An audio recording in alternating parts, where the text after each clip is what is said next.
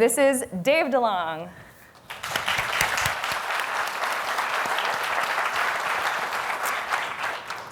Thank you so much. My name is Dave DeLong. I am a principal iOS engineer at WeWork. And as was mentioned, I've spent some time working at Apple and some other companies. And I've, over the years, developed quite a bit of experience when it comes to designing APIs. So today I want to talk to you about what it means to design an accessible API. Now, usually when we think about accessibility, we think about the visual aspect of our apps. But APIs themselves can be accessible as well. And what does that mean? Well, if we look at the word accessible and break it apart, we see that it's the compound of two words, able and access. When we talk about accessibility, we talk about the ability for users to access whatever it is we're providing to them. When it comes to accessible apps, this means that we try as best as we can to accommodate users with any physical capacity, any language they speak, their age, and a whole bunch of other characteristics. Our goal is to make our apps available to as wide an audience as possible.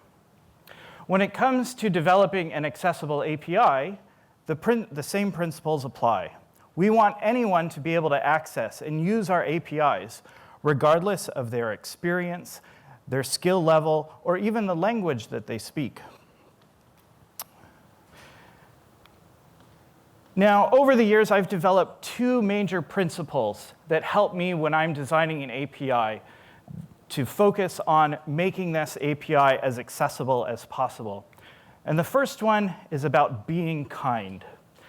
But it's not just being kind as a general rule. It's actually being kind to yourself as the developer.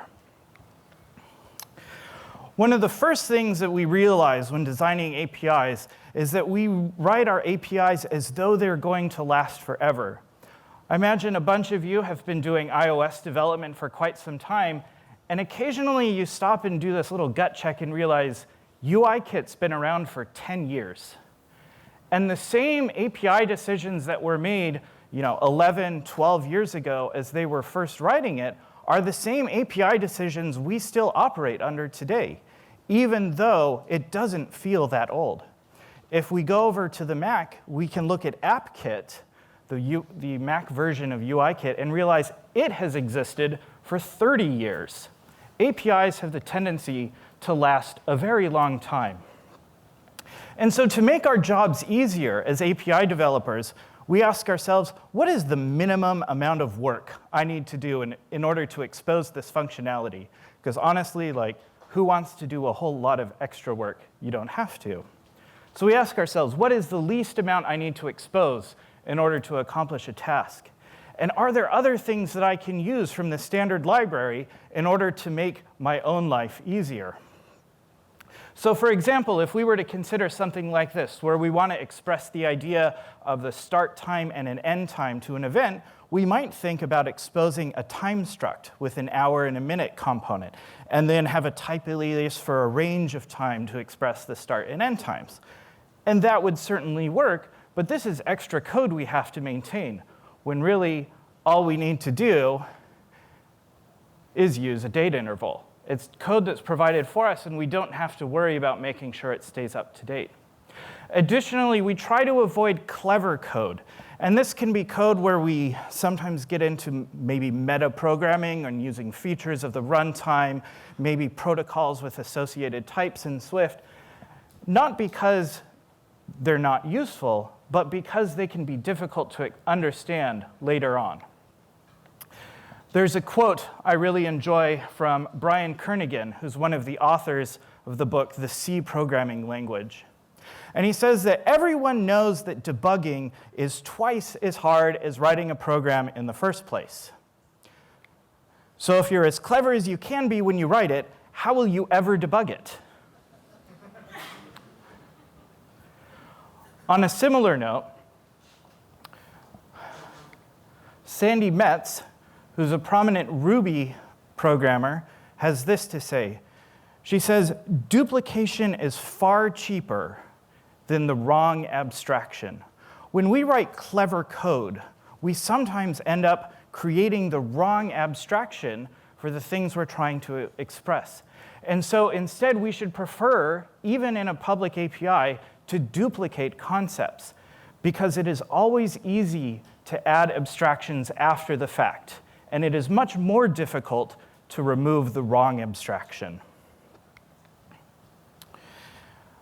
The other thing we do to be kind to ourselves is we try to prevent future mistakes. Regressions are one of the worst kinds of bugs to track down. You've changed something somewhere, and now expectations are not being met. Something's broken, you're not really sure how.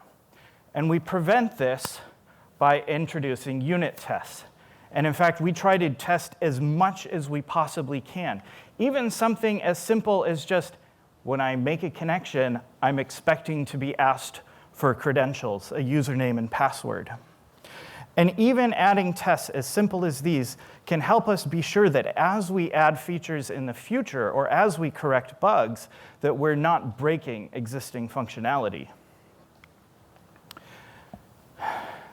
Second, assertions help us manage our expectations.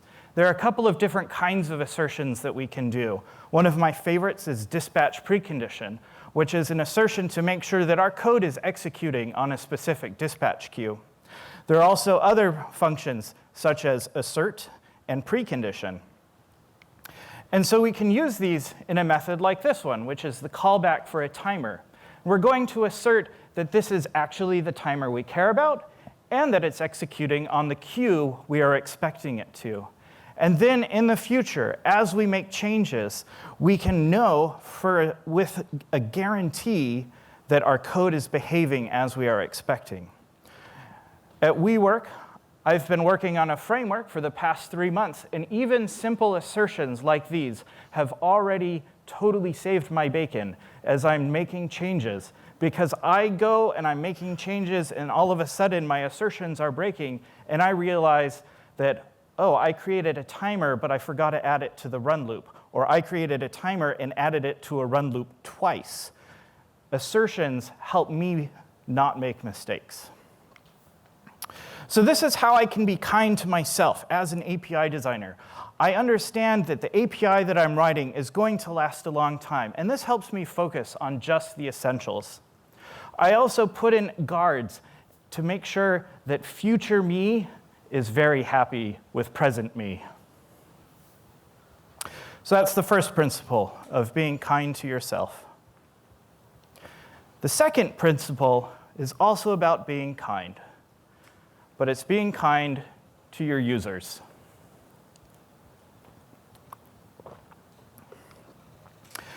There are a bunch of different ways that we can be kind to our users, but fundamentally, when we're writing an API, we're trying to add some sort of abstraction around a complicated process. We use other people's frameworks and add dependencies to our own apps because maybe it's a business requirement to interact with a proprietary system, or maybe it's something like, I really don't want to have to invest all of the time into understanding how to render a PDF, because ain't nobody got time for that. And so my goal in using a framework as a user is for this framework to make my life easier. And so I, as a framework author, write it with the intention of, I want to remove more work for you than I am making you add. One of the ways that I like to do this is making my frameworks be a one-click install. If any of you are familiar with web hosting companies, in their dashboards, they have this one-click install to install WordPress, for example. And I aim for my frameworks to be the same way. I want integration to be as simple as possible. I get kind of frustrated when I go and I look at an open source project and I clone it and I want to play around with it, but I have to go through like 7 or 8 different setup steps with dependency managers and like cloning out all these sub repos and everything, when really I just want to play around with it and see how it works. So I try to make it so that everything I do is self-contained. I also make sure that I follow platform conventions. And this comes to things like naming, architecture, style, what types I use. And all of this is so that I am reducing the amount of cognitive work that my users have to do. I also use common types and common patterns. So for example, this is a method in the framework I work on to request the currently logged in user. Now, I could do something about maybe using a promise or a future type to clean this up. And that way, I wouldn't have both a completion handler and this cancellation token. But promises and futures are still kind of unknown and not widely used. So instead, I use the far more common result type and a completion handler. And these are things that any developer of any skill level can look at and see that it is familiar. And they don't have to invest the time wondering, how does a promise work? What queue am I going to get called back on? How do I cancel? It's all right there. Next, in order to make things easy for my users, I build for the common case. And this means that I need to understand why people would want to use my framework. I need to understand what most of them are going to want to do with it. And then that is the case that I focus on. And I make that case be the default case. So all you would need to do is integrate the framework, which should be 1, maybe 2 steps. You create the initial entry object, and you're done. Because the common usage should be the easiest usage. Doing it this way provides freedom to the users, and it's the freedom from choice. And this is a little bit weird to think about. We usually talk about freedom of choice, about being able to make decisions for ourselves. But all of you, as app developers, want to focus on writing your app. You don't want to be spending the time trying to understand how so-and-so's framework works, because you want to write your app. And so when the common case is the default case, you are more free to do that. You are free from the choice of understanding how this works, understanding how to configure and set up and get things rolling. The other thing I try to do is to be flexible. And with flexibility comes documentation. So let's take a look at these together. Here's a method to request a bunch of objects that match a certain filter. And this is a method that is flexible in a couple of different ways. First off, the result is discardable. There is nothing requiring you to keep around that cancellation token if you don't want to. You have the choice of using this method how you want. I'm not going to require you to keep the cancelable. Second, if you look closely, that filter parameter is optional. They might have a situation where in your app, you have an optional filter. And instead of forcing you to unwrap the optional before calling my method, I'll just accept the optional for you and do the unwrapping myself. It's a small change, but it makes the experience of using this API more pleasant because there's less work for you to do. Finally, there's obviously a lot of documentation, so that if you're coming across this code in your own app, maybe from a previous developer, all you need to do is option click on the signature and get an accurate description of what it's for and how it works. As framework authors, we are the experts on what's going on. So it's OK to be opinionated. We're providing this higher level abstraction around a fairly complicated process.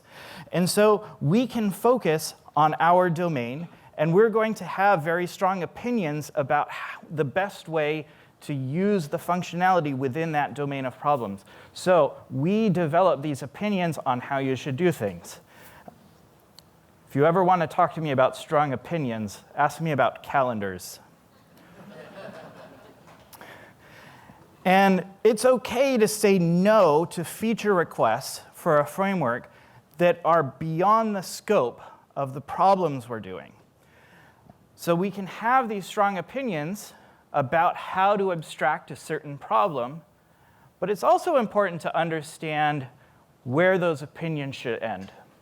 For example, if I'm writing a framework to help you accomplish some networking logic, I shouldn't necessarily be also forcing you to accept certain requirements about how caching might work, or how that information gets persisted to disk, or how credentials should be stored.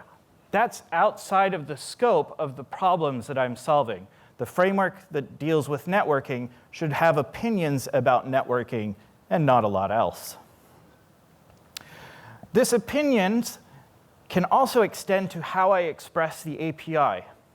And this is an interesting point because, for example, if I'm a networking framework, obviously at some level I'm going to have a point where I turn a request into a bare network call here in this execute method. I'm going to pass it over to my request client. It's going to execute the HTTP request.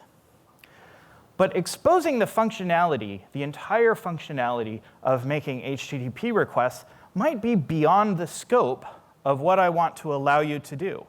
And so instead of exposing the execute method directly, I'm going to wrap it up into a method to request the user. And that way, I can allow you to focus on the more semantic task you're trying to accomplish and allow me to focus on how that's actually going to happen. It also means that I am not exposing to you our bare API calls, and it means that you don't necessarily get to see the details of how this request is happening. Writing methods and code and APIs in this way means that I can stop you from doing things I don't want you to do, but also importantly, I can stop you from doing things you don't know that you don't want to do. A lot of APIs that we work with, they're extremely flexible and powerful, and it's easy to use them incorrectly without realizing we're using them incorrectly. And so by being very selective and careful about how I'm exposing functionality and the ways in which I'm exposing it, allows me as an API author to guide you down the correct path of usage and save you from yourself. Finally, as an API author, I don't want to force you into making decisions you're not ready to make. One of the big things that I see is that when I'm using a framework, it comes with a whole lot of other dependencies. And I'm not sure I want those dependencies. I have this one particular task I'm wanting to accomplish. That's why I found this framework. But what about all this other stuff that's coming along with it? What's it doing? Why is it there? Why should I care about it? So as I'm writing a framework, I try to avoid transitive dependencies. I try to avoid the situation where my framework requires other frameworks, which requires other frameworks, which requires other frameworks. Because if we get down that road too far, we end up in a left pad situation where if something way far down the line breaks, then suddenly that whole chain breaks, right?